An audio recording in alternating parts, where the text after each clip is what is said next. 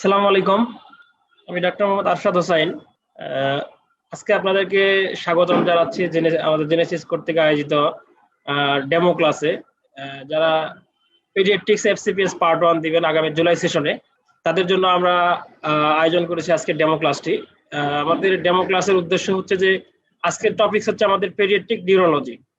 তো আমাদের ডেমো ক্লাসের উদ্দেশ্য হচ্ছে যে আমরা আপনাদেরকে আমাদের বিষয়গুলো একটু ইনফর্ম করা সরাসরি।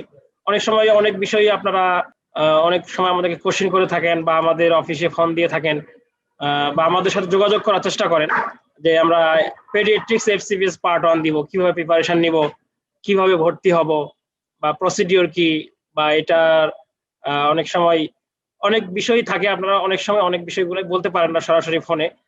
তো এই জন্য মূলত এই বিষয়গুলোকে সামনে রেখে আজকে আমাদের আয়োজন।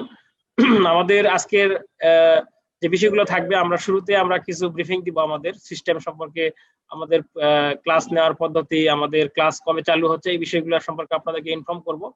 আর সেকেন্ডলি হচ্ছে আজকে আমাদের যে মূল আকর্ষণ, পেডিয়াট্রিক নিউরোলজি টপিকস এর উপরে একটা ডেমো ক্লাস হবে। আমাদের ক্লাস নেবেন আজকের আমাদের জেনেসিসের জনপ্রিয় মেন্টর ডাক্তার আজাব মাহাদি স্যার। আর ফাইনালি আমরা আপনাদের কাছ থেকে একটা ফিডব্যাক নিব এবং আমরা আপনাদের কাছ থেকে কিছু কোশ্চেন আশা করব। সেই কোশ্চেনের আনসারগুলো দিয়ে আমরা আজকে আমাদের সেশন শেষ করব। তো প্রিয় চিকিৎসক বৃন্দ, আমরা আগামী জুলাই সেশনকে টার্গেট করে আমরা আপনাদের জন্য FCPS paediatrics paediatric clinical paediatric pearl batch আমরা চালু করতে যাচ্ছি আগামী সপ্তাহ থেকে। তো সেই ব্যাচে আমরা মূলত আপনাদেরকে সেই ব্যাচটাই চালু হবে। সেই ব্যাচের ক্লাস আমরা জানেন আপনারা, আমরা সেই ব্যাচে 14টা ক্লাস রেখেছি এবং 14টি ক্লাস টেস্ট রেখেছি এবং ফাইনালি বিসিএস এর আদলে, একদম বিসিএস এর আদলে 2টা মক টেস্ট, যেটা খুবই গুরুত্বপূর্ণ আপনাদের জন্য। অনেকে আছেন যে শুধু এই মক টেস্ট দেওয়ার জন্য আমাদের জেনেসিসে আসেন, কারণ জেনেসিসের মক টেস্ট গুলো এমন ভাবে সাজানো হয়, কোশ্চেন গুলো এমন ভাবে রিয়ারেঞ্জ করা হয় এবং এমন ভাবে পরীক্ষাটা নেওয়া হয় পেপার ওয়াইজ। অনেক স্টুডেন্ট, অনেক ডক্টরই কমেন্ট করেছেন যে আমরা জেনেসিসে যে পরীক্ষা দিয়েছি ঠিক এরকমই পরীক্ষা বিসিপিএসও দিয়ে এসেছি। তো প্রিয় চিকিৎসক বৃন্দ, আমরা আজকে আপনাদেরকে যে বিষয়টা একটু বলতে চাইবো সেটা হচ্ছে যে আমাদের আগামী সপ্তাহ থেকে পেডিয়াট্রিক্স পার্ল ব্যাচ চালু হচ্ছে। তো সেই ব্যাচে আমাদের 14টি ক্লাস থাকবে। এই ক্লাসগুলো একদম আপনাদের যে মূল বই সেই বইয়ের আলোকে, এবং অনেকে, এবং এই ক্লাসগুলো যদি আপনি করেন, অনেকে আছেন যে দীর্ঘ অনেক বেসিকের উপরে ক্লাস করেছেন ফাউন্ডেশন ব্যাচে বা অন্য কোথাও ক্লাস করেছেন, কিন্তু আপনার মনে হচ্ছে যে ক্লিনিক্যাল পার্টটা আপনার আরেকটু বোঝা দরকার, আরেকটু জানা দরকার, এবং আরেকটু এখানে হ্যাবিচুয়েটেড হওয়া দরকার। তো সেই বিষয়গুলাই হচ্ছে যে এই ক্লাসগুলোতে আমরা ক্লিয়ার করে থাকি। এবং আমাদের 14টি ক্লাস এমন ভাবে সাজানো আছে, কেউ যদি এই 14টি ক্লাস করে তার বেসিকের অনেক অংশই কভার হয়ে যাবে এখানে, প্রায় 70%। কারণ আমরা এখানে কিছু অ্যানাটমি স্পেশাল ক্লাস রেখেছি, কিছু ফিজিওলজি স্পেশাল ক্লাস রেখেছি, কিছু প্যাথোলজি ক্লাস স্পেশাল ক্লাস রেখেছি।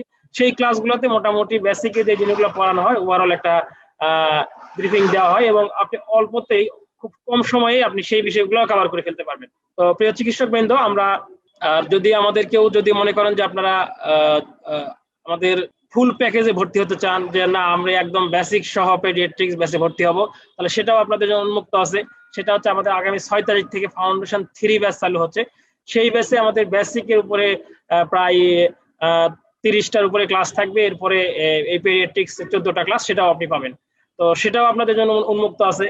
আবার যদি কেউ মনে করেন যে আমরা তো এখন বিসিএস এর সময়ে অনেক বিষয়, এখন বিসিএস নিয়ে সবাই বিসিএস কেন্দ্রিক অনেক বেশি পড়াশোনা চলতেছে, এই সময় আমরা কি করব?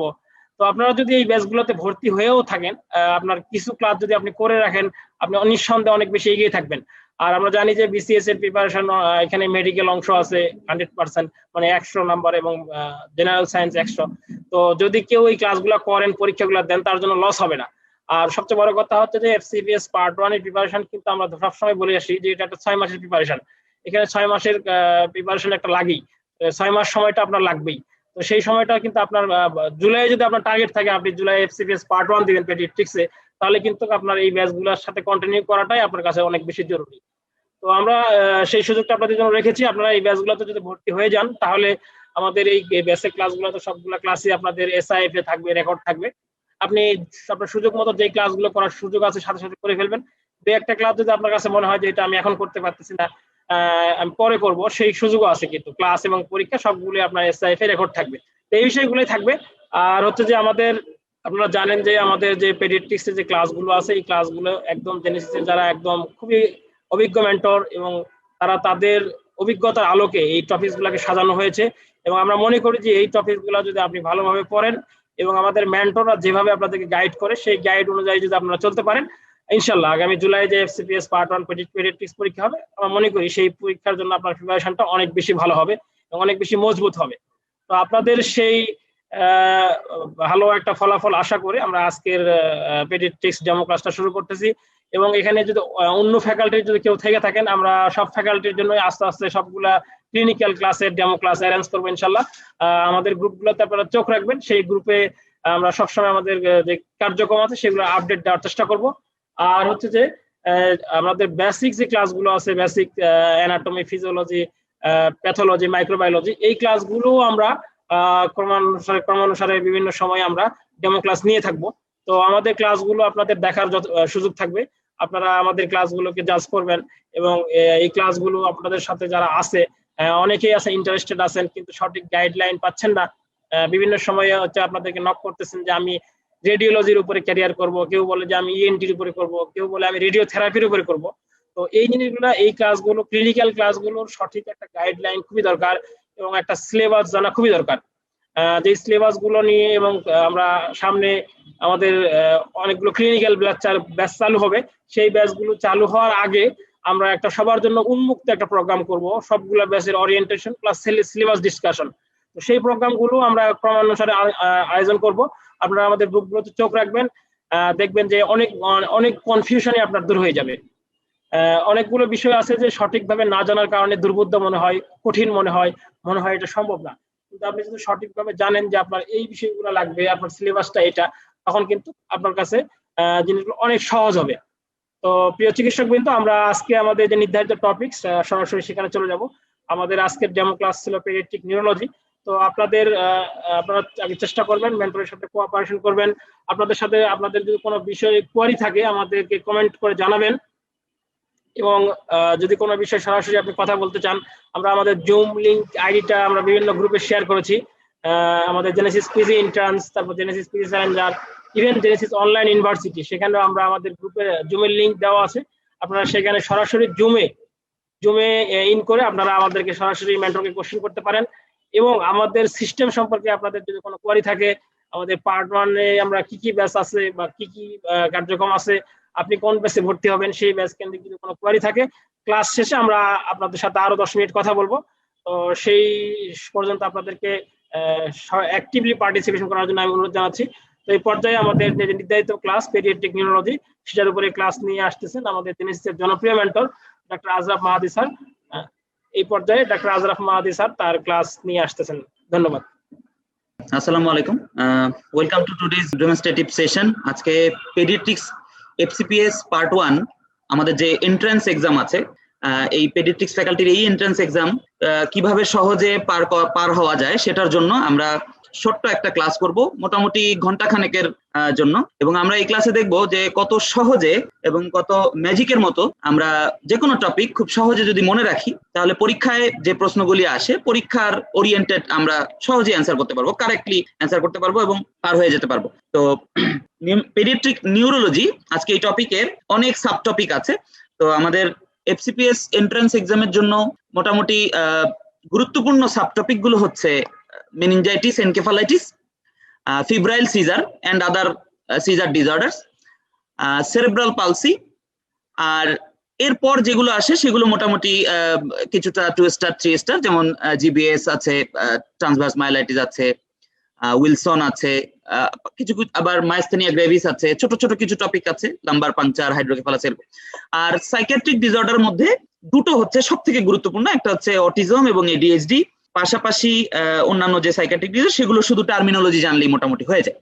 ঠিক আছে, এখানে আমরা এখন প্রথমে আমরা যে টপিকটা দিয়ে শুরু করব সেটা হচ্ছে মেনিনজাইটিস। এটা খুব সহজ। এটা কেন এত সহজ, এটা আগামী 5 মিনিটে এটা বুঝতে পারবো এটা কেন এত সহজ। সেটা হচ্ছে মেনিনজাইটিস মানে হচ্ছে ইনফ্লামেশন অফ দ্য মেনিনজেস। সবাই জানি না, we can break the term and explore what it is. তাহলে মেনিনজাইটিস এক সেন্সে এটা একটা মিসনোমার টার্ম, কারণ বেশিরভাগ ক্ষেত্রেই এটার সাথে এনকেফালাইটিস অ্যাডেড থাকে। অর্থাৎ যখন মেনিনজাইটিস হয় এনকেফালাইটিসও হয়, মেনিনগো এনকেফালাইটিস বেশিরভাগ ক্ষেত্রেই আমরা যেটা পাই সেটা এরকম হয়ে যায়। তো মেনিনজাইটিস এটা একটা ক্রেজি ইনফ্লামেশন, মানে ডিস্ট্রাকটিভ ইনফ্লামেশন। কারণ আমাদের ব্লাড ব্রেইন ব্যারিয়ার একটা মানে আমাদের সৃষ্টিকর্তা প্রদত্ত একটা মানে খুবই রেস্ট্রিকটিভ একটা ব্যারিকেড, সেটাকে ক্রস করে ওরকম একটা রেস্ট্রিকটিভ জায়গায় যখন ইনফ্লামেশন বা ইনফেকশনটা হবে, তার মানে সেটা খুবই ডিস্ট্রাকটিভ, লাইফ থ্রেটেনিং, ডিভাস্টেটিং একটা ইনফেকশন। এই মেনিনজেসটা কোন মেনিনজেস? আমরা জানি যে মেনিনজেসের 3টা লেয়ার আছে, বাইরের দিকে ডুরা ম্যাটার, মাঝখানে অ্যারাকোনয়েড ম্যাটার, এবং সব থেকে ভেতরে একদম ব্রেইন প্যারেনকাইমার সাথে লাগানো অ্যাটাচড সেটা হচ্ছে পায়া ম্যাটার। তো আমাদের এই যে ছবিটা আমরা দেখতে পাচ্ছি স্লাইডে, এখানে দেখেন কত সহজে খুব সুন্দর করে দেওয়া আছে যে এটা ব্রেনের সাথেই পায়া ম্যাটার, মাঝখানে একটা স্পেস, তার উপরে অ্যারাকোনয়েড ম্যাটার, যে স্পেসটাকে আমরা বলছি সাব অ্যারাকোনয়েড স্পেস, এবং এই সাব অ্যারাকোনয়েড স্পেসেই কিন্তু আমাদের থাকছে সিএসএফ, আমরা সবাই জানি এটা সিএসএফ। আচ্ছা, তার বাইরে থাকছে ডুরা ম্যাটার। এখন মেনিনজাইটিস বলতে গেলে আমরা কোন লেয়ারের ইনফ্লামেশন বুঝি? আমরা বুঝি হচ্ছে লেপ্টোমেনিনজাইটিস, আই মিন যে থিন 2টা লেয়ার আছে, অর্থাৎ পায়া ম্যাটার এবং অ্যারাকোনয়েড ম্যাটার, এই দুটো লেয়ারের ইনফ্লামেশনটাকেই আমরা মূলত বুঝি। ডুরা ম্যাটারের ইনফ্লামেশন প্যাকি মেনিনজাইটিস যেটা, সেটা আমরা সাধারণত ওভাবে ধরি না। ডিরেক্ট ইনভেশন বাইরে থেকে যদি হেড ইনজুরি বা ওইরকম যদি না হয় তাহলে ওইটা সাধারণত থাকে না। তাহলে আমরা ক্লিনিক্যালি মেনিনজাইটিস বলতে গেলে যেটা বুঝি তাহলে সেটা হচ্ছে লেপ্টোমেনিনজাইটিস, অর্থাৎ পায়া ম্যাটার এবং অ্যারাকোনয়েড ম্যাটারের ইনফ্লামেশন। এখন এই যখন এই জায়গাটায় এই সাব অ্যারাকোনয়েড স্পেস, অর্থাৎ অ্যারাকোনয়েড ম্যাটারের নিচেই যে স্পেসটা, এই স্পেসে সিএসএফ আছে আমরা সবাই জানি, বাট একটা আন্ডাররেটেড ব্যাপার যেটা কিনা আমরা অনেক সময় ভুলে যাই, সেটা হচ্ছে এখানে আছে হলো আমাদের সব এই ইন্টারক্রেনিয়াল ভেসেলস গুলোর যে ব্রাঞ্চ গুলো, এগুলো কিন্তু এই সাবঅ্যারাকোনয়েড স্পেসে আছে। অর্থাৎ এখানে এই যে আমরা লাল ব্লাড ভেসেলস একটা দেখতে পাচ্ছি, এটাও কিন্তু আমাদের সাবঅ্যারাকোনয়েড স্পেসে আছে। অর্থাৎ আমাদের এই পুরো ব্রেইনটাকে, এমনকি আমাদের স্পাইনাল কর্ডটাকে যে কভার করে রেখেছে যে সাবঅ্যারাকোনয়েড স্পেস, এখানেই কিন্তু জালের মতো এই আমাদের ইন্টারক্রেনিয়াল ভেসেলস গুলো ব্রাঞ্চ দিতে দিতে দিতে দিতে জালের মতো কিন্তু ওই সাবঅ্যারাকোনয়েড স্পেসে ফ্লোটিং অবস্থায় আছে। সুতরাং কোনো প্যাথোজেন, কোনো ব্যাকটেরিয়া অথবা অন্য কোনো প্যাথোজেন, সেটা যদি এত ব্যারিকেড, এই যে blood brain barrier, blood CSF barrier, এত ব্যারিয়ার পাস করে সামহাও যদি কোনো না কোনো ভাবে যদি এই সাবঅ্যারাকোনয়েড স্পেসে চলে যায়, তাহলে এখানে অর্থাৎ এই যে ভেসেলস গুলো আছে, এই ইন্টারক্রেনিয়াল ভেসেলস গুলো যেটা আছে, এই ভেসেলস গুলোতে ইনফ্লামেশন হবে। এবং ইনফ্লামেশনের আমরা প্যাথোলজি জাগতিক যে দুটো হলমার্ক আমরা জানি সবাই, সেটা হচ্ছে ভ্যাসোডাইলেশন এবং ইনক্রিজড ভাস্কুলার পারমিবিলিটি। এই দুটো হচ্ছে আমরা জানি সবাই অ্যাকিউট ইনফ্লামেশন, এই দুটো ঘটনা ভাস্কুলার ইভেন্ট, একদম নাম করা ভাস্কুলার ইভেন্ট। তাহলে ভ্যাসোডাইলেশন এখানে হবে এবং ইনক্রিজ ভাস্কুলার পারমিবিলিটি হবে। ভাস্কুলার পারমিবিলিটি যদি বেড়ে যায়, এবং আমরা আরেকটা জানি যে এখানে ইডিমা হবে, অর্থাৎ এই যে ইনফ্ল্যামেটরি ইডিমা, যেটাকে আমরা ডাক নামে ডাকি আদর করে এক্সুডেট, অর্থাৎ এই যে এক্সুডেটিভ ইডিমা হবে, তখন এই সাবঅ্যারাকোনয়েড স্পেসে আমার এখানে প্রোটিন আসবে, অ্যালবুমিন আসবে, তারপর আমার সেল আসবে, অ্যাকিউট ইনফ্ল্যামেটরি সেল আসবে। সুতরাং এখানে আমার কিন্তু সেল কাউন্ট বেড়ে যাবে, আমার প্রোটিন কাউন্ট বেড়ে যাবে। এখন আমরা এখানে আমরা যে এই যে এত কিছু পার হয়ে, এত ব্যারিকেড পার হয়ে এই যে একটা রেস্ট্রিকটিভ এরিয়া, সেখানে প্যাথোজেন ঢুকে পড়লো, এটা কিভাবে ঢুকলো? এটা কিভাবে ঢুকলো সেটা হতে পারে সেটা ডিরেক্ট ইনভেশন, অর্থাৎ একটা হেড ইনজুরি হয়েছে, সরাসরি বাইরে থেকে প্যাথোজেন এক্সপোজার হয়ে গেছে, এটা একটা হতে পারে। আরেকটা হতে পারে নেইবারিং এরিয়াতে কোনো একটা ইনফেকশন ছিল, সেখান থেকে ডিফিউজ হয়ে আসতে, মানে পাশেই মনে করেন সাইনোসাইটিস হয়েছে, কারো কোনো বাচ্চার ক্রনিক সাপিউরেটিভ ওটাইটিস মিডিয়া হয়েছে, কারো ম্যাস্টয়েডাইটিস হয়েছে, অর্থাৎ নেইবারিং এরিয়াতে যদি কোনো ইনফেকশন থাকে, ওখান থেকে কিন্তু আমার কোনো বনি ফ্র্যাকচার বা বনি কোনো আমার কোনো চিপা চুপা দিয়ে, আমাদের ফোরামেন টোরামেন দিয়ে এখান থেকে কিন্তু আমার মেনিনজাইটিসে চলে যাবে, মেনিনজিয়াল ভেসেলসে চলে যাবে। আবার নর্মাল যেটা ফ্যারিঞ্জাইটিস, আমাদের যে নেজোফেরিঞ্জাইটিস হয়, ফ্যারিঞ্জাইটিস হয়, এইগুলার থেকেও কিন্তু আমার ওখানে আমার ভেসেলস এর মাধ্যমে চলে যাবে, ব্লাড ব্রেন ব্যারিয়ার ক্রস করে চলে যাবে। আবার আরেকটা হতে পারে যে আমাদের অনেক বাচ্চার যেমন থাকে মেনিঙ্গোমায়োলোসিল, আমাদের অনেক নিউনেটের থাকে, তো সেটাও কিন্তু এই যে বাইরের এনভায়রনমেন্টের সাথে এক্সপোজড, সুতরাং এখান থেকে কিন্তু আমার স্টেপটোপায়োজেন্স অথবা staph aureus, staph coagulase positive, coagulase negative, মানে স্কিন যে ফ্লোরা গুলো আছে, স্কিন ফ্লোরা, সেগুলো কিন্তু ওই মেনিঙ্গোমায়োলোসিল থেকে, রাপচার্ড মেনিঙ্গোমায়োলোসিল থেকে ঢুকে যেতে পারে। আচ্ছা, এই মোটামুটি এগুলো হচ্ছে মোটামুটি একটা মানে রুট যেভাবে এটা ঢুকতে পারে। এখন কথা হচ্ছে এই ব্যারিয়ার তো আমাকে পাস করতে হবে, ব্লাড ব্রেন ব্যারিয়ার, এটা কিভাবে পাস করবে? ব্লাড ব্রেন ব্যারিয়ার তো আমাকে পাস করতে হবে। তো এই ব্লাড ব্রেন ব্যারিয়ারটা যখন পাস করে, অথবা যে কোনো সেল, মনে করেন যে এটা ফ্যারিঞ্জিয়াল ভেসেলস, সেখান থেকে আমার ওই ডিফিউজ হয়ে হয়তো বা ব্রেনে যাচ্ছে, অথবা এখানে লোকাল কোনো একটা মানে জায়গায় একটা লোকালাইজেশন কলোনাইজেশন হয়েছে, ওখান থেকে ভাস্কুলার এন্ডোথেলিয়ামকে ক্রস করে ইন্ট্রাভাস্কুলার যে কম্পার্টমেন্ট সেখানে আসতে হচ্ছে। সেটা কিভাবে আসবে? 3টা রুট আছে। একটা হচ্ছে ট্রান্সসেলুলার, ছবি তো দেখতে পাচ্ছি, খুব সুন্দর করে সহজে ছবি আছে এখানে। ট্রান্সসেলুলার, একদম একটা সেলের পেটের ভেতর দিয়ে প্যাথোজেনটা ঢুকে চলে, মানে ওপাশে চলে গেল, এই পাশ থেকে ওপাশে চলে গেল। আরেকটা হতে পারে প্যারাসেলুলার। প্যারাসেলুলার মানে দুটো সেলের মাঝখান দিয়ে একদম চলে গেল, এটা। আর আরেকটা হতে পারে যে সে একটা ম্যাক্রোফেজের ভেতরে বা কোনো একটা এন্ডোথেলিয়াল সেলের ভেতরে আগে এন্ডোসাইটোসিসের মাধ্যমে ঢুকলো, এনগালফড হলো, তারপর ওই এন্ডোসাইটোসিস ওই সেলটা সহ প্যারাসেলুলার রুট দিয়ে সেটা পাস করে গেল। এটা আলাদা একটা নাম আছে, ট্রোজান হর্স মেকানিজম। লিস্টেরিয়া মনোসাইটোজিনিস এই মানে মেকানিজমটা ফলো করে ব্যারিকেড পাস করার জন্য। এখন আমরা যেটা জানবো যে মেনিনজাইটিস কোন এজ গ্রুপে কোন প্যাথোজেন সব থেকে বেশি মেনিনজাইটিস করে, এইখান থেকে পরীক্ষায় সব থেকে বেশি বার আসছে। সকল ফ্যাকাল্টির জন্য এই অর্গানিজমের নামগুলো স্যারদের খুব পছন্দ। এই ছকটা মোটামুটি মূলত ডেভিডসনের একটা ছক, কিন্তু এটা সব খানে অ্যাপ্লাই করা যায়, এই জন্য এই ছকটা আমি এখানে রেখেছি।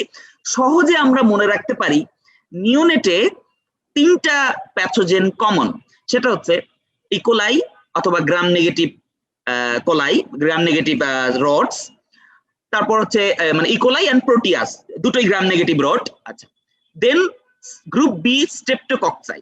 গ্রুপ বি স্ট্রেপ্টোকক্সাই এটা মানে স্ট্রেপ্টো অ্যাগালেক্সি। গ্রুপ এ স্ট্রেপ্টোকক্সাই হচ্ছে স্ট্রেপ্টোপায়োজেন্স, আর গ্রুপ বি স্ট্রেপ্টোকক্সাই হচ্ছে স্ট্রেপ্টো অ্যাগালেক্সি। এখন এগুলো কেন নিওনেটকে বেশি অ্যাটাক করে, এগুলোরও অনেক মানে মজার ইয়ে আছে মনে রাখা। যে ইকোলাই হচ্ছে coli, colon flora, normal gut flora, তো সুতরাং ওখানে ইকোলাই কিন্তু নর্মাল পেরিনিয়াল ফ্লোরাও ইন সাম সেন্স। তো সেক্ষেত্রে আমাদের যখন নর্মাল ডেলিভারি হবে তখন কিন্তু বাচ্চা এটার এক্সপোজারে আসবে। আবার গ্রুপ বি স্ট্রেপ্টোকক্সাই, যেটা স্ট্রেপ্টো অ্যাগালেক্সি আমরা বলছি, এটাও কিন্তু কিছু পার্সেন্ট প্রেগনেন্ট উইমেনদের নর্মাল ভ্যাজাইনাল ফ্লোরা এই গ্রুপ বি স্ট্রেপ্টোকক্সাই। তো সেক্ষেত্রে নিওনেট কিন্তু এখানে চালাকি আছে। চালাকি হচ্ছে নিওনেটাল সেপসিস কমন অর্গানিজম কি, এই 3টা। নিওনেটাল মেনিনজাইটিস কমন অর্গানিজম কি, এই 3টা। Neonatal UTI, neonatal infection, neonatal pneumonia, whatever the infection in neonates, most common organisms কিন্তু এরাই, ইকোলাই মানে গ্রাম নেগেটিভ রডস আর হচ্ছে গ্রুপ বি স্ট্রেপ্টোকক্সাই। এখানে আবার এখানে আবার এরিয়া টু এরিয়া ভ্যারি করবে, কোন দেশ ভ্যারি করবে, এনআইসিইউ ভ্যারি করবে, হ্যাঁ, বিভিন্ন জায়গায় ভেদে এখানে আবার কমন অর্গানিজম ভ্যারি করবে। এরপরে অর্থাৎ প্রি স্কুল গোয়িং চিলড্রেনে এখানে মোস্ট কমন হচ্ছে হিমোফাইলাস ইনফ্লুয়েঞ্জা। মোটামুটি নিওনেটে গ্রাম নেগেটিভ রড, আর হচ্ছে প্রি স্কুল চাইল্ডে এখানে হচ্ছে হিমোফাইলাস ইনফ্লুয়েঞ্জা। আর ওল্ডার চাইল্ড যদি বলে তাহলে স্ট্রেপ্টোকক্সাই আছে, নিউমোকক্সাই আছে, মেনিঙ্গোকক্সাই আছে, নিউমোকক্সাই এন্ড মেনিঙ্গোকক্সাই। এখন যদি একটা প্রশ্ন করে যে ওভারঅল সকল বয়সে, মানে বাচ্চা, বড় বাচ্চা, অ্যাডাল্ট, সব বয়সের জন্য একটা most common organism for meningitis, সেটা অ্যান্সার কি হবে? সেটা হচ্ছে স্ট্রেপ্টো নিউমোনি, অর্থাৎ যাকে আদর করে ডাক নামে আমরা ডাকি নিউমোকক্সাই। স্ট্রেপ্টো নিউমোনি হচ্ছে overall most common organism for meningitis. এখন আমার দেখেন এখানে একটা প্রশ্ন আছে, এই প্রশ্নটা যারা আমরা শুনছি তাদের মধ্যে কেউ একজন যদি এটার অ্যান্সার দেই তাহলে আমরা বুঝবো যে আমরা শুনতে পাচ্ছি ভালো মতো, কানেকশন ঠিক আছে। আমি চেষ্টা করি যে আমার সেশনে আমরা যতটুকু শিখবো একটু ইন্টারাকশন করার জন্য। খুব সহজ প্রশ্ন, এখানে বলেছে নিওনেট মেনিনজাইটিস হয়েছে 7 দিন, maternal genital tract can be positive, কোন এজেন্ট? খুব সহজ। আমরা আগের চার্টে যেটা দেখেন কত সহজ, এটা আমাদের আগের চার্টে আমরা যেটা পড়েছি যে নিওনেটাল মেনিনজাইটিসের কমন অর্গানিজম যেটা, সেটাই এখানে অ্যান্সার হচ্ছে স্ট্রেপ্টো অ্যাগালেক্সি। এখন এই মেনিনজাইটিস, এখন দেখেন এই মেনিনজাইটিসের শুধু কি অর্গানিজম ব্যাকটেরিয়া দিয়েই মেনিনজাইটিস হবে? উত্তর হচ্ছে না। এখানে ব্যাকটেরিয়া ছাড়া, অর্থাৎ বিশেষ করে যদি স্পেসিফিক করে আমি বলি যে পায়োজেনিক ব্যাকটেরিয়া ছাড়া বা সেপটিক ব্যাকটেরিয়া ছাড়া, সেপটিক প্যাথোজেন ছাড়া অন্যান্য যে প্যাথোজেন গুলো আছে, যেমন কিছু ইন্ট্রাসেলুলার ব্যাকটেরিয়া আছে, কিছু সেল ওয়াললেস ব্যাকটেরিয়া আছে, মাইকোপ্লাজমা আমরা জানি, কিছু ভাইরাস আছে, ফাঙ্গাস আছে, প্রোটোজোয়া আছে, এরকম কিছু ডিজিজ আছে। আবার কিছু অটোইমিউন ডিজিজ আছে, যেমন এসএলই আছে, হ্যাঁ, তারপর আবার কিছু ড্রাগ ইনডিউসড আছে, ইয়াট্রোজেনিক, এরকম অন্যান্য যত মেনিনজাইটিস আছে সেগুলোকে আমরা বলছি অ্যাসেপ্টিক মেনিনজাইটিস। আমরা সেটাকে বলছি অ্যাসেপ্টিক মেনিনজাইটিস। সেপ্টিক অর্গানিজম ছাড়া যেগুলো সেগুলো বলছি অ্যাসেপ্টিক মেনিনজাইটিস। এখন আমার সিএসএফ পাথওয়ে, এখানে তো বেসিক সেই জিনিস। এখন সেই বেসিক জিনিস এটা সব ফ্যাকাল্টিতে বেসিক জেনারেলটা লাগে। আমি একেবারে নাটশেল কত সহজে আমি 1 মিনিটে বলে দিচ্ছি। ল্যাটারাল ভেন্ট্রিকল করয়েড প্লেক্সাসে যখন চলে আসবে, করয়েড প্লেক্সাসের যে ভেসেলস গুলো আছে ওখানে, সেই ভেসেলস গুলাতে ওই সার্কুলেট করতে করতে প্যাথোজেনটা চলে আসবে। চলে আসার পরে blood brain barrier, blood CSF barrier cross করবে। ক্রস করার পরে ল্যাটারাল ভেন্ট্রিকলে আসলো। এই যে আসলো, সব থেকে বেশি সিএসএফ যে ভেন্ট্রিকলে তৈরি হয়, ল্যাটারাল ভেন্ট্রিকল থেকে আমরা জানি ফোরামেন অফ মনরো দিয়ে অথবা ইন্টারভেন্ট্রিকুলার ফোরামেন দিয়ে আমার যাচ্ছে থার্ড ভেন্ট্রিকল। থার্ড ভেন্ট্রিকল থেকে আমার যাচ্ছে সেরেব্রাল অ্যাকুইডাক্ট। সেরেব্রাল অ্যাকুইডাক্টকে বলা হয় the narrowest pathway inside the brain. cerebral aqueduct অথবা aqueduct of Sylvius, it is the narrowest pipeline inside the brain. Third ventricle থেকে যাচ্ছে এই cerebral aqueduct দিয়ে ফোর্থ ভেন্ট্রিকলে। ফোর্থ ভেন্ট্রিকলের ছাদে, রুফে তিনটা ছিদ্র থাকে। তো ফোরামেনা লুস্কা, ফোরামেনা ম্যাজেন্ডি। মনে রাখা খুব কঠিন, আসলে কঠিন না, খুব সহজ। এম ফর এম, মাঝখানে থাকে, মিডিয়ানে থাকে ফোরামেন অফ ম্যাজেন্ডি, এবং ল্যাটারালি এল ফর এল, অর্থাৎ দুই পাশে থাকে হচ্ছে ফোরামিনা লুস্কা। তাহলে এই যে এই দুই ছিদ্র, এই যে ছিদ্রগুলো আছে রুফ, ফোর্থ ভেন্ট্রিকুলার রুফে, এই ছিদ্রগুলো দিয়ে পরে সিএসএফটা সার্কুলেট করা হচ্ছে আমার কোথায়, আমাদের যে ইনফ্রা সাবারাকনাইড স্পেসে, অর্থাৎ আমাদের যে inferior surface of the brain, হ্যাঁ, inferior lateral surface of the brain, এখানে আবার চলে আসে। সাবারাকনাইড স্পেস দিয়ে তারপরে সুপিরিয়র ল্যাটারাল সারফেসে চলে যায়, এবং সেখান থেকে স্যাজাইটাল সাইনাস অর্থাৎ অ্যারাকোনয়েড ভিলাই এবং গ্র্যানুলেশনস এর মাধ্যমে আমার ভেনাস সার্কুলেশনে অর্থাৎ সিস্টেমিক সার্কুলেশনে, অর্থাৎ ডুরাল ভেনাস সাইনাস যেটা সিস্টেমিক সার্কুলেশনে অ্যাবজর্ব হয়ে যায়। তো আরেকটা পাইপলাইন হচ্ছে একদম মাঝখান দিয়ে সোজা চলে যায়। একটা লাইন তো আমি বললাম, আরেকটা লাইন হচ্ছে একদম স্পাইনাল কর্ডের একদম সেন্ট্রাল ক্যানেল দিয়ে মাঝখান দিয়ে আমাদের চলে যাচ্ছে। তারপর স্পাইনাল কর্ডেরও দুপাশে যে সাবরাকনাইড, আমরা জানি যে স্পাইনাল কর্ডেরও পাশে মেনিনজেস আছে, তো সেখানেও আমাদের সাবরাকনাইড স্পেস আছে, সেখানেও সিএসএফ সার্কুলেট করে। তাহলে দেখেন আমাদের মেনিনজাইটিসের যে প্যাথোজেন, এই প্যাথোজেন যখন এই রেস্ট্রিকটিভ জায়গাগুলোতে ঢুকে পড়েছে, সে কিন্তু কোনো লোকাল জায়গায় নেই, সে পুরো ব্রেনটাকে, পুরো সেন্ট্রাল নার্ভাস সিস্টেমটাকে, স্পাইনাল কর্ডটাকে ঘিরে রেখেছে। অর্থাৎ মেনিনজাইটিস, এটা কিন্তু আমরা অনেক সময় ভুল করি, এটা মনে করি যে একটা লোকাল ইনফ্লামেশন অথবা একটা ফোকাল ইনফ্লামেশন, ছোট্ট একটা জায়গায় মেনিনজাইটিসের কোন একটা জায়গায় বোধহয় ব্যাকটেরিয়া কলোনাইজেশন করেছে। ব্যাপারটা তা না। ব্যাপারটা হচ্ছে meningitis is the generalised diffuse inflammation of the meninges. এই লাইনটা খুব গুরুত্বপূর্ণ। Meningitis is the generalised diffuse inflammation of the meninges. Same encephalitis অনেক সময় মনে করি যে না, ছোট্ট একটা ফোকাস বোধহয় দেখা যাচ্ছে, ওখানে বোধহয় ব্রেইন প্যারেনকাইমার ইনফ্লামেশন হচ্ছে, তা কিন্তু না। Encephalitis is a diffuse generalised inflammation of the brain parenchyma. যদি বলে focal inflammation of the brain, কোন একটা ছোট্ট জায়গায় ইনফ্লামেশন হয়েছে, সেটাকে আমরা বলি সেরেব্রাইটিস। তাহলে এখানে একটু ডিফারেন্স আছে প্রত্যেকটা টার্মে। সেরেব্রাইটিস এর যদি ক্যাপসুল থাকে, ওই ছোট্ট জায়গার ফোকাল ইনফ্লামেশনে যদি ক্যাপসুল দিয়ে আবৃত থাকে, সেটাকে বলি ব্রেইন অ্যাবসেস। কারণ আমাকে টার্মিনোলজি গুলো ক্লিয়ার করে আমরা পড়ে ফেললাম।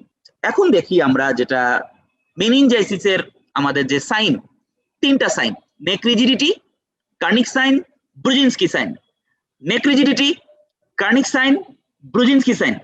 আচ্ছা আচ্ছা, তিনটা সাইন আমরা আছে, তিনটা সাইন যেটা আমরা মেনিনগিজম আমরা বলছি, আরো কিছু সাইন সিমটম সহ, হেডেক, ভমিটিং, ফটোফোবিয়া, এগুলো সবকিছু মিলে বলে মেনিনগিজম। তো এই যে মেনিনজিয়াল ইরিটেশনের যে সাইন গুলো আছে, neck rigidity, Kernig sign, Brudzinski sign, এগুলো নট স্পেসিফিক ফর মেনিনজেস, কিন্তু অন্যান্য আরো কিছু ইনফেকশন অথবা আরো কিছু ডিজিজ এগুলো থাকতে পারে, কিন্তু এগুলো মেনিনজাইটিসের ফেভারে। মনে রাখতে হবে একটা কথা, এই সাইন গুলো আমরা কেন পাবো এবং কাদের পাবো না, এটা মনে রাখতে। আমরা যেমন নেক রিজিডিটি, আমরা জানি যে এই যে যখন এক্সুডেট গুলো সাবারাকনয়েড স্পেস একদম ভরে ফেলে, সাবারাকনয়েড স্পেস এক্সুডেট দিয়ে ভরে যায়, তখন আমার কিন্তু এই সিএসএফ যে অ্যাবজর্পশন হয় অ্যারাকনয়েড ভিলাইতে, এই অ্যাবজর্পশনটা ঠিক মতো হতে পারে না। অর্থাৎ ঠিক এক্সুডেট পাস, এটা কিন্তু ওই আমার যে ভিলাইয়ের যে সারফেস, অ্যাবজর্পটিভ সারফেস এরিয়া, এখানে কিন্তু বাধা দেয়, সিএসএফ অ্যাবজর্ব হতে বাধা দেয়। সুতরাং দেখা যায় যে পুরো সাবারাকনয়েড স্পেসে overflow of the fluid overload হচ্ছে।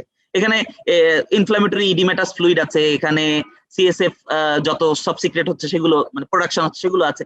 সেক্ষেত্রে দেখা যায় এগুলো স্পাইনাল যে নার্ভ রুট আছে, মেনিনজাস তো আমার স্পাইনাল কর্ডের চারপাশেও আছে।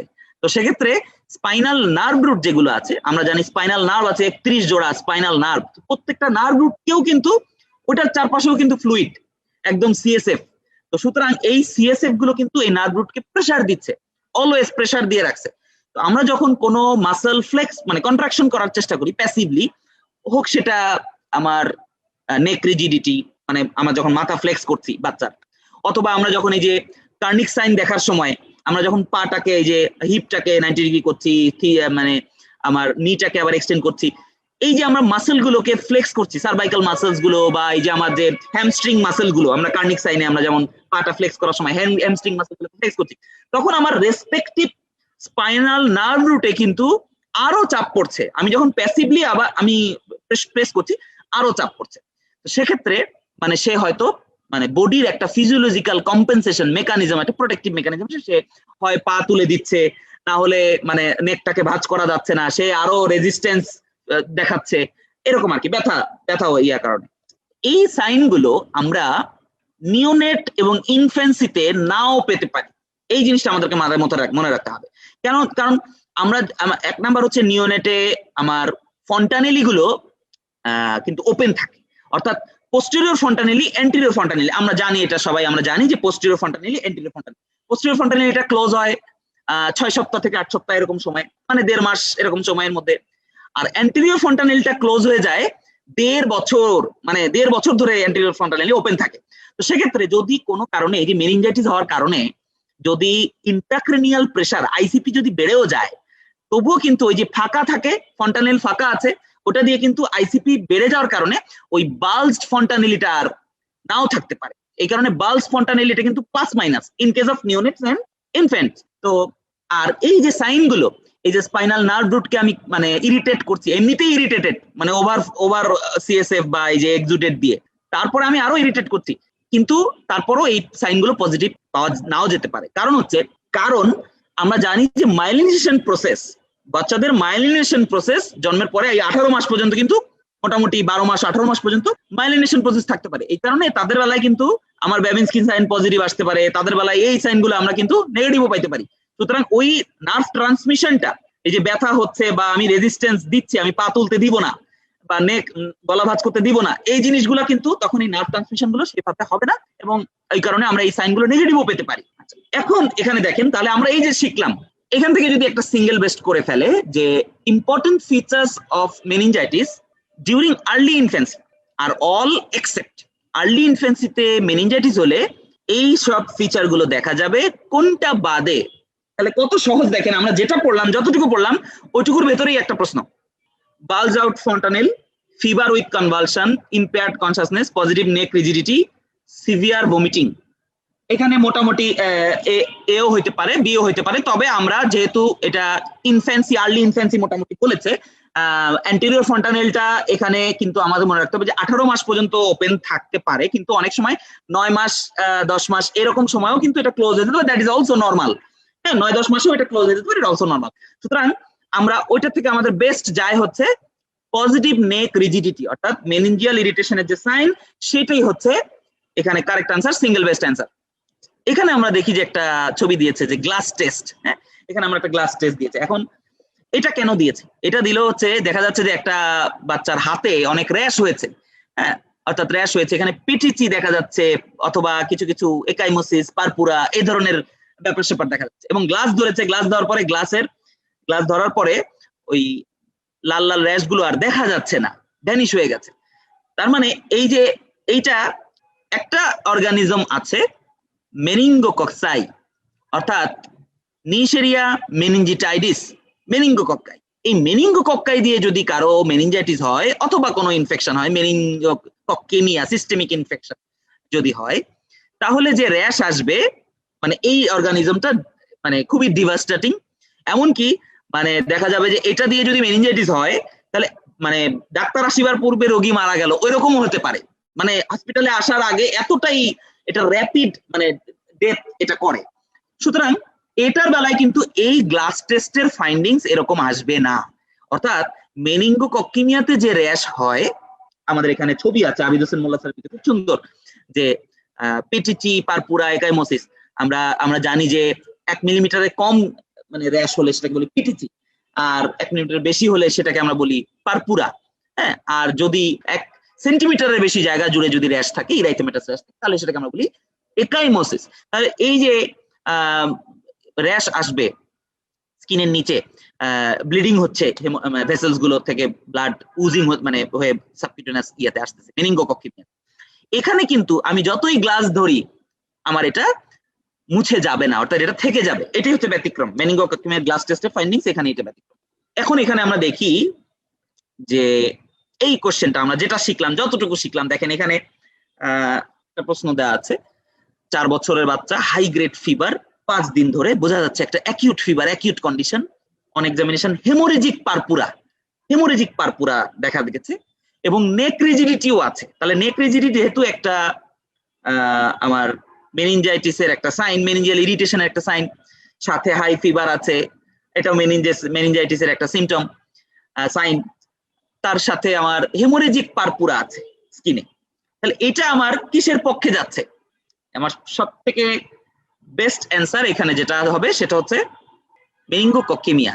ঠিক আছে, আমরা তাহলে এটাও শিখে ফেললাম, এটা ডেঙ্গু হবে না, ডেঙ্গু তো মেনিনজাইটিস করবে না। সেরেব্রাল ম্যালেরিয়াতে নেক রিজিডিটি ওভাবে নাও আসতে পারে, হেমোরেজিক পারপুরা ওইভাবে আসবে না। এই সব কিছু যে ফিচার গুলো আছে মোটামুটি টিউবারকুলার মেনিনজাইটিস সবকিছু মোটামুটি কম্পাইল করলে মেনিনগোকক্কাল মেনিনজাইটিসের ফেভারেই এটা যায়।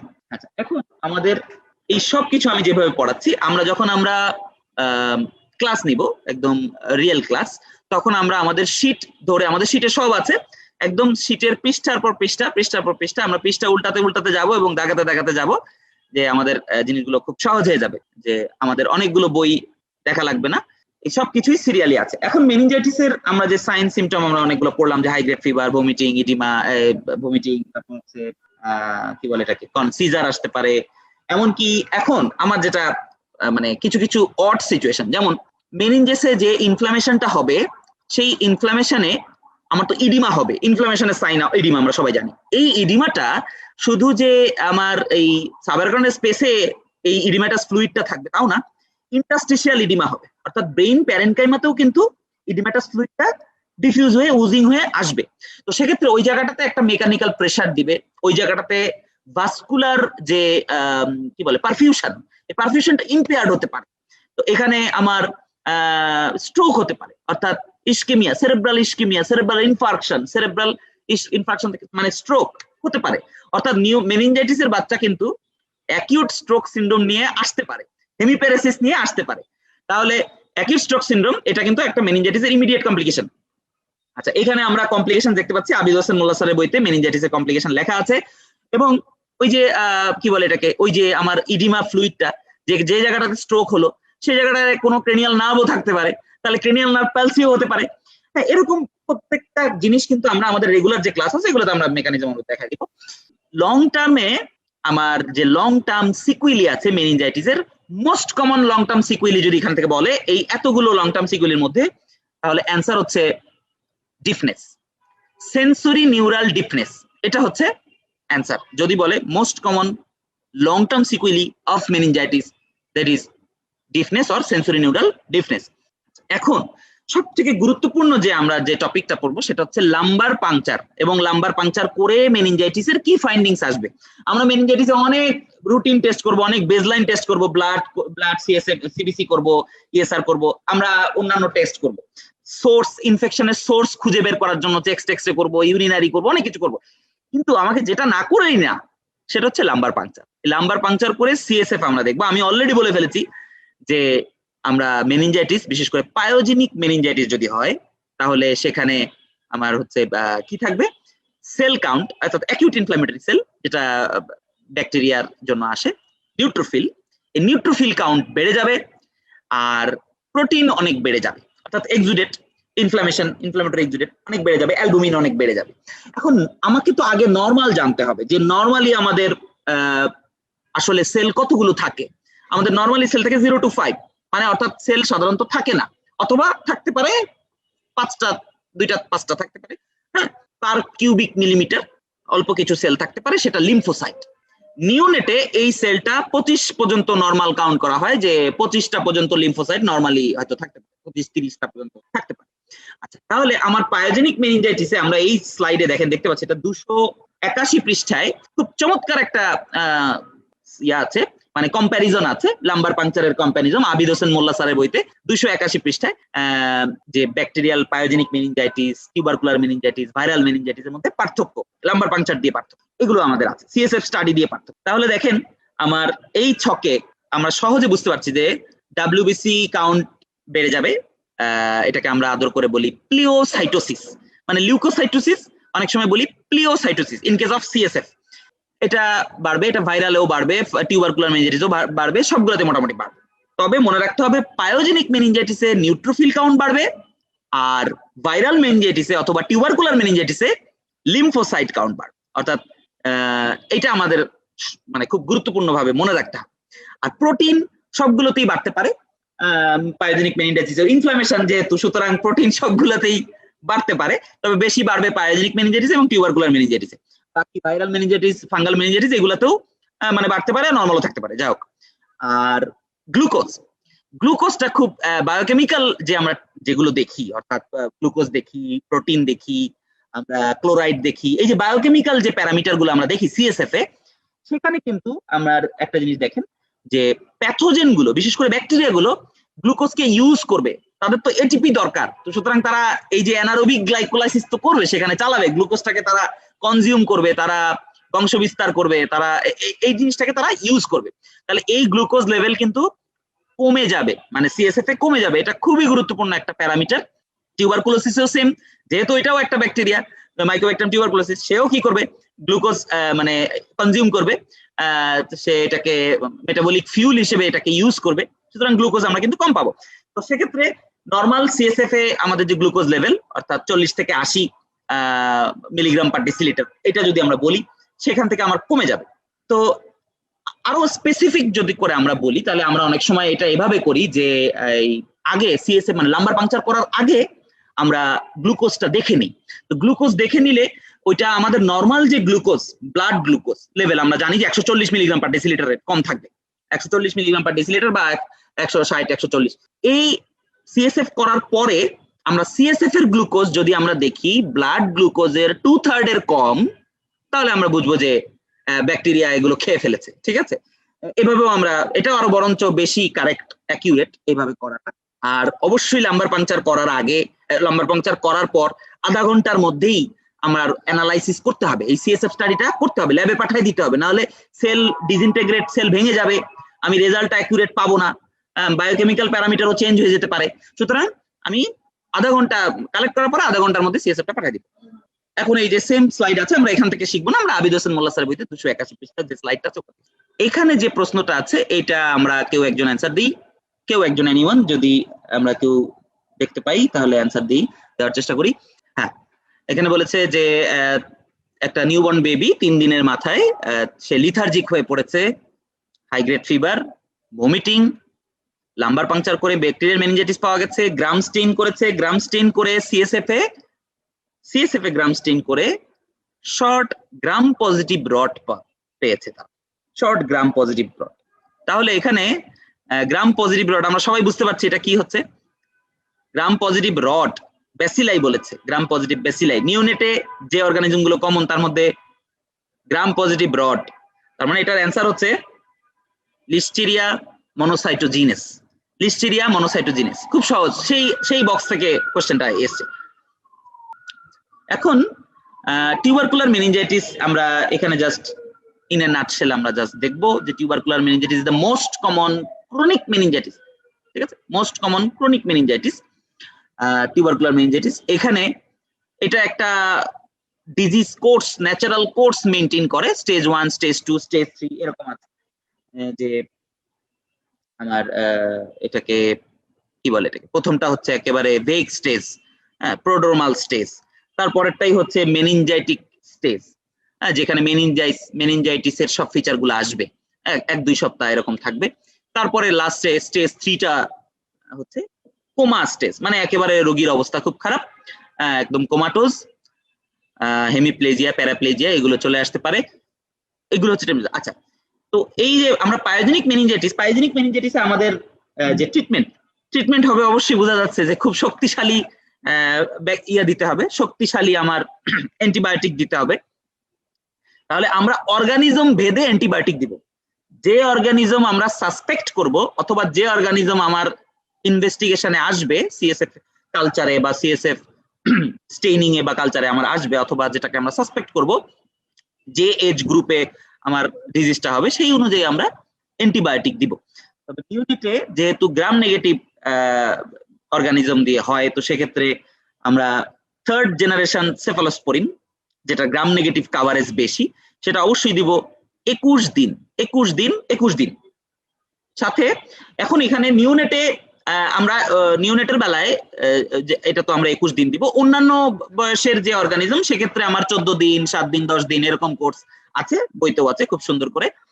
এরপর এই অ্যান্টিবায়োটিক যে মেইন স্পেসিফিক ট্রিটমেন্ট আমরা দিলাম, এর সাথে একটা ড্রাগ দিতে হবে, সেটা হচ্ছে অ্যান্টি ইনফ্ল্যামেটরি ড্রাগ স্টেরয়েড। এই স্টেরয়েডটা আমরা দিব ডেক্সামিথাসোন। এটা অ্যান্টিবায়োটিক শুরু করার সাধারণত আগে আমরা দেই, একটা শর্ট কোর্সে স্টেরয়েড দেই ডেক্সামিথাসোন, যাতে করে ইনফ্লামেশনটা কমে, ইনফ্লামেটরি সাইটোকাইন রিলিজ এইগুলো যাতে কমে যায়। এটা নিওনেটে কোনো রোল নেই স্টেরয়েডের, কিন্তু ওল্ডার চিলড্রেনে এটা দেওয়া হয়, অ্যাডাল্টেও এগুলো দেওয়া হয় স্টেরয়েড। টিউবারকুলার মেনিনজাইটিস, এখন টিউবারকুলার মেনিনজাইটিসের থেকে এই প্রশ্নটা করেছে। দেখেন, CSF study in tubercular meningitis shows, এখানে যতগুলো অপশন আছে তার মধ্যে কারেক্ট কোনটা, যে টিউবারকুলার মেনিনজাইটিসে কোনটা আসবে? Very high protein, option number 5 very high protein হচ্ছে এখানে অ্যান্সার, বাকি সবগুলোই ভুল। ভেরি হাই প্রোটিন এইটাই এখানে কারেক্ট অ্যান্সার, কারণ আমরা বুঝতে পারছি এসেনশিয়ালি নরমাল গ্লুকোজ না, কারণ টিউবারকুলোস ব্যাসিলাই সেটা কনজিউম করবে গ্লুকোজকে মেটাবলিক ফিউল হিসেবে। আচ্ছা, লেস দেন 10 এটা হবে না, অর্থাৎ সেল কাউন্ট বাড়বে, বোঝাই যাচ্ছে ইনফ্লামেটরি সেল লিম্ফোসাইটোসিস হবে। নিউট্রোফিলিক পিরিয়ডে তো বলেই দিলাম ভুল। Positive gram stain, tubercular bacilli gram stain করা যায় না, আমরা জানি, basic knowledge. Acid fast bacilli, acid fast staining, Ziehl Neelsen staining হবে এখানে। অপশন নাম্বার ই হচ্ছে এখানে correct answer. Viral meningitis best represent as, এখানেও সেম, দেখেন সবই কিন্তু ওই সিএসএফ লাম্বার পাংচারের ওই মানে রেজাল্ট ইন্টারপ্রিটেশন থেকে প্রশ্নগুলো আসছে।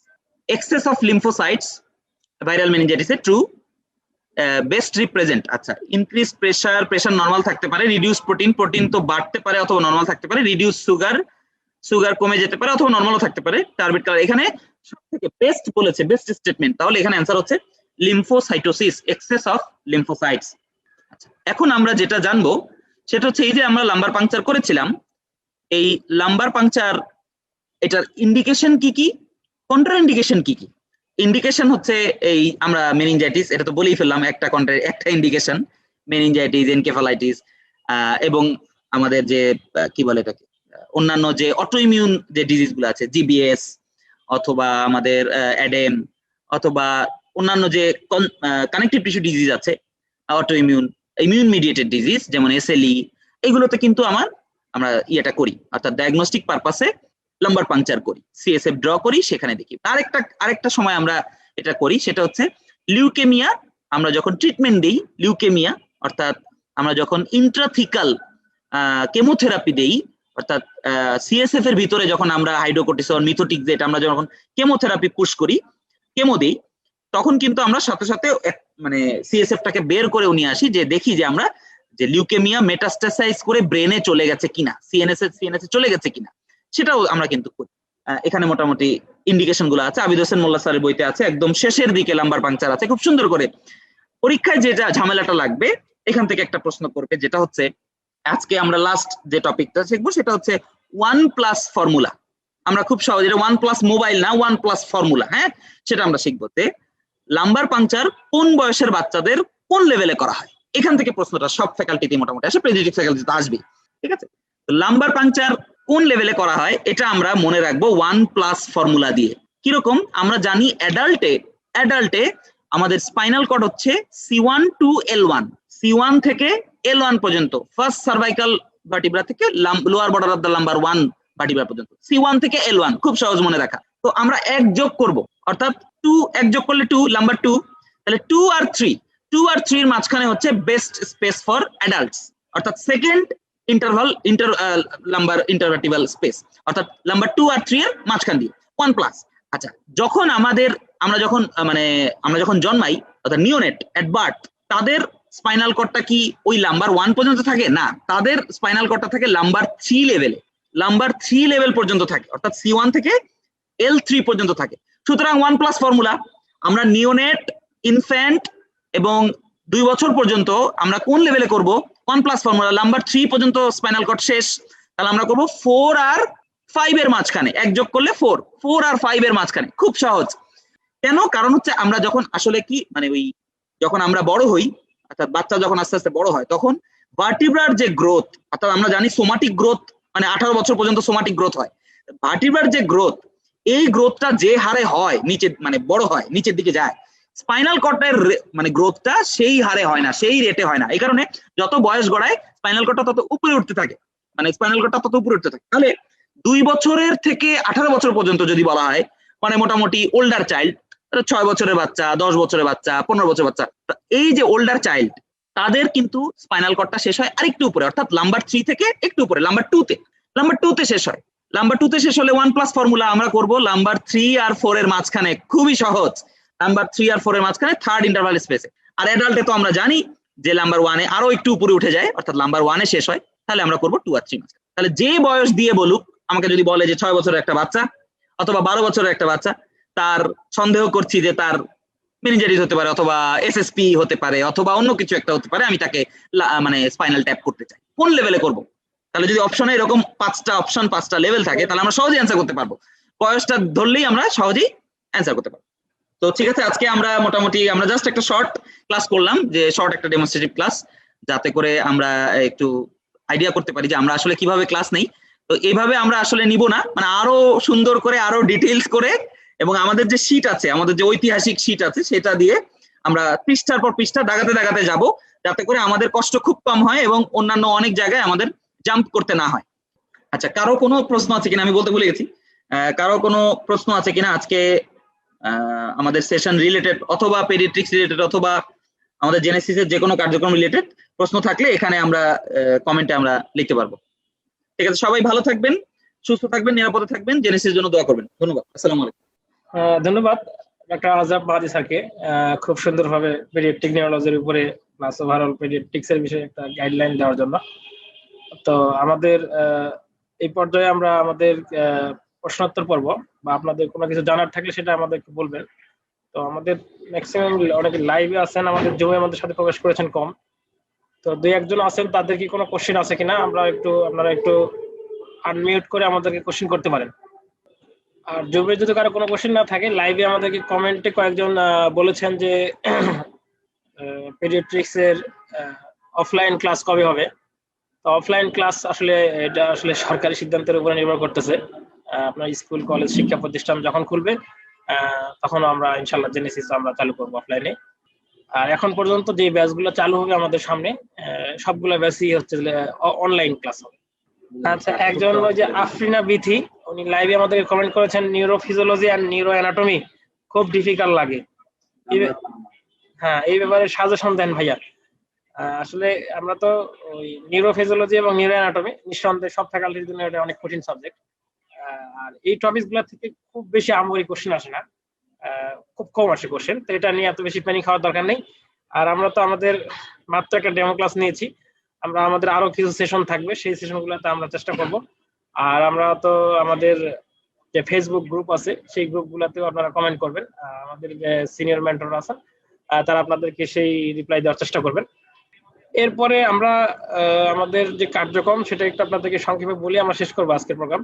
তো আমি শুরুতেই বলেছি যে আমরা সামনে আগামী জুলাই সেশনকে সামনে রেখে কিছু ক্লিনিক্যাল ব্যাচ চালু করতেছি, স্পেশালি পেডিয়াট্রিক পার্ল ব্যাচ। এই ব্যাচটি চালু হবে আগামী সপ্তাহ থেকে। তো সেই ব্যাচের পেডিয়াট্রিক পার্ল ব্যাচ যেটা, এইটার অনলাইন এবং সিলেবাস ডিসকাশন, এই প্রোগ্রামটা আমাদের হবে আগামী 10 তারিখে। তো এইটাতে আপনারা সবাই থাকার চেষ্টা করবেন। আপনারা জেনেসিসে ভর্তি হন বা না হন কোনো সমস্যা নেই, কিন্তু আপনাদের এই জায়গায় আমরা ওভারঅল একদম পেপার ওয়াইজ সিলেবাস ডিসকাশন করব। এবং আমরা আগেও বলেছি যে পার্ট 1 পরীক্ষায় ভালো করাটা নির্ভর করতেছে সম্পূর্ণ আপনি যদি সিলেবাসটা ভালোভাবে আপনার আয়ত্তে থাকে, কোন জিনিসটা লাগবে, কতটুকু লাগবে, কি কি আছে সিলেবাসে, এই জিনিসটা কিন্তু আমরা অনেকেই জানি না বা জানার চেষ্টা করি না। ওভারঅল একদম বই খুলে পড়া শুরু করে দিই, কিন্তু এই কাজটা ভুলে করতে যাবেন না। আমরা ওই দিন এই প্রোগ্রামে আমরা একদম paper 1, paper 2, paper 3 wise syllabus discussion করব এবং আপনাদের জন্য একটা ওভারঅল ক্যারিয়ার গাইডলাইন থাকবে ফর এফসিপিএস পার্ট 1 পেডিয়াট্রিক্স। তো আপনারা সেই প্রোগ্রামটাতে সবাই থাকার চেষ্টা করবেন এবং আপনাদের সাথে রিলেটেড বা আপনাদের পরিচিত যারা আছেন পেডিয়াট্রিক্সে আগামী জুলাই সেশনে পার্ট 1 পরীক্ষা দিবেন এরকম থাকলে তাদেরকেও আপনারা ইনভাইট করবেন বা সেই প্রোগ্রামটাতে জয়েন করার চেষ্টা করবেন। আমরা আমাদের যে আপডেট বা প্রোগ্রামটা কখন হবে, টাইম শিডিউল, জুমের লিঙ্ক, এরপর লাইভের লিঙ্ক সবগুলো আমরা আপনাদেরকে আমাদের পিজি এন্ট্রান্স এবং পিজি চ্যালেঞ্জার এই গ্রুপগুলোতে দেওয়ার চেষ্টা করব।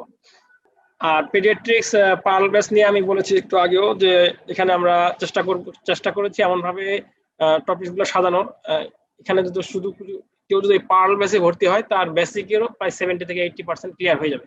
কিভাবে হবে? কারণ এখানে পেডিয়াট্রিক্সের এখানে আমরা স্পেশাল কিছু ক্লাস রেখেছি, anatomy special, physiology special, pathology, microbiology special. এই ক্লাসগুলো আমরা একদম জিস্ট যে জিনিসগুলো লাগবে আপনার বেসিক থেকে সেই জিনিসগুলো প্লাস পেডিয়াট্রিক্সের সাথে রিলেটেড যে জিনিসগুলো সবগুলো ওই ক্লাসে আপনারা পাবেন। তো আমি মনে করি যে যারা আগে একবার কোথাও ক্লাস করেছেন বা পরীক্ষা দিয়েছেন, এক্সাম দিয়েছেন, এটার সাথে ওরিয়েন্টেড আছেন, তাদের জন্য এই ব্যাচটি খুবই ইফেক্টিভ হবে।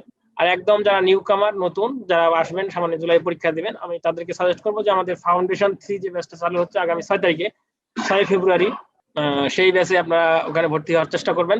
সেখানে আমাদের বেসিকের অনেকগুলো ক্লাস আছে, ক্লাসের সাথে এই পেডিয়াট্রিক্সের 14টা ক্লাসও আপনি পাবেন।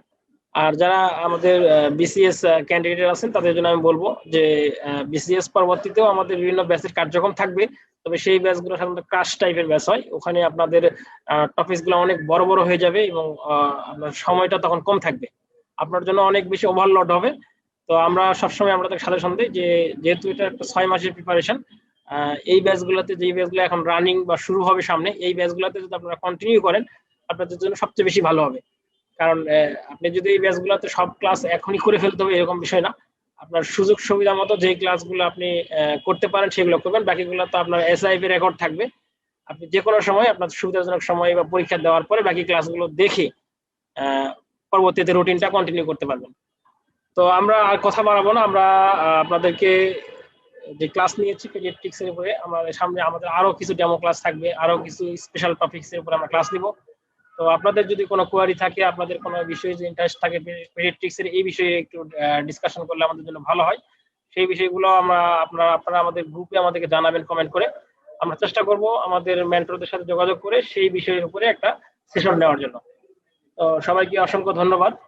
আমাদের পরবর্তী যে কার্যক্রম আছে সেই কার্যক্রমগুলো আপনাদেরকে দেখার জন্য আমি আহ্বান জানাচ্ছি এবং আমাদের গ্রুপগুলোতে আপনারা একটু অ্যাক্টিভ থাকার চেষ্টা করবেন। যেহেতু এখন অনলাইন কার্যক্রম, এটা আপনাকে বুঝতে হবে যে আপনাকে অনলাইনে একটু বেশি অ্যাক্টিভ থাকতে হবে এবং অনলাইনে যে ইনফরমেশন গুলো দেওয়া হয়, যে নোটিশ গুলো দেওয়া হয়, যে ধরনের আমরা ইনস্ট্রাকশন দিয়ে থাকি বা যেই অনেক সময় অনেক ধরনের আমরা প্রোগ্রাম করে থাকি, যে প্রোগ্রামগুলো খুবই ইফেক্টিভ, এই প্রোগ্রামগুলো আপনারা অ্যাটেন্ড করার চেষ্টা করবেন, ইনশাআল্লাহ উপকৃত হবেন। তো সবার সুন্দর ভবিষ্যৎ কামনা করতেছি। আগামী জুলাই সেশনে যারা এফসিপিএস পার্ট 1 পেডিয়াট্রিক্স বা আদার্স ফ্যাকাল্টিতে পরীক্ষা দিবেন, কৃতজ্ঞতার সাথে পাশ করেন সেই আশাবাদ ব্যক্ত করে আজকে আমাদের কার্যক্রম এখানে শেষ করতেছি। আল্লাহ হাফিজ।